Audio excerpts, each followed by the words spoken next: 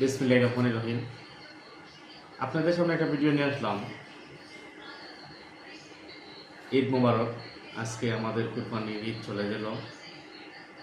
আমরা সমস্ত ফেসবুক বন্ধুদেরকে একটা উদাহরণ দিতেছি। সমাজের কিছু কিছু বড় ভাই আছেন আমাদের দেশে, ওই দেখেন কুরবানির মাংস, এটা এক পরিবারের, দুইটা প্যাকেটও এক পরিবারের। দুই প্যাকেটে আমার মনে হয় 2 কেজির উপরে আছে। কিন্তু আমি দোয়া করি এই যে মাংসগুলা, আমি দোয়া করি আল্লাহ পাক যেন, মানে কয়েক বছর ধরে আমি দেখতেছি এইভাবে আমার প্রতি বছর ওই ঈদের সময় আমার বাড়িতে এইভাবে গোস্ত আসে।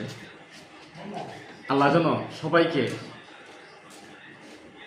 আমাদের দেশের বড় ভাই যারা আছেন সবাইকে অনুরোধ করি কুরবানি যদি দেন ওই ধরনের একটা প্যাকেট গরিবকে দিবার চেষ্টা করবেন, যাতে এক পরিবারে দিলে পরে একটা মানুষ খাইয়া আত্মা টান্ড হয়।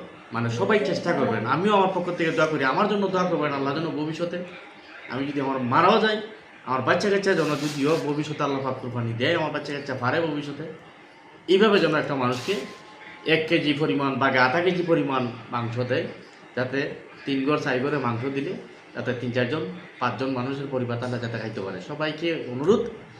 আর যে ভাইদের পক্ষ থেকে এই মাংসটা আইছে, আমি আমার অন্তরস্থল থেকে তাদের জন্য দোয়া করি আল্লাহ যেন সর্বোচ্চ ভালো রাখেন। আসসালামু আলাইকুম, আল্লাহ হাফেজ।